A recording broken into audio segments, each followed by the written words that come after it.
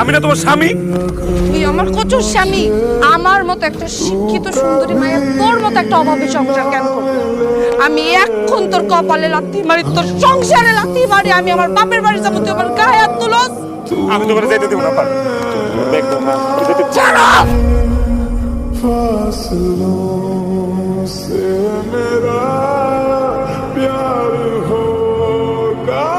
তোমার বউ চাইছে শাস্তি হিসাবে তোমার ডিভোর্স দিব, তাই আজকে সালিশের রায় হলো তোমার বউ তোমারে ডিভোর্স দিব। যেহেতু তোমারে ডিভোর্স দিব, তোমার সংসার করব না।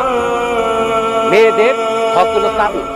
কাবিন নামে যে 5 লক্ষ টাকা আছে, সেই টাকাটা তুমি তারে বুঝাই দিবা। मैंने तेरा नाम दिल रख दिया, धड़केगा Enough.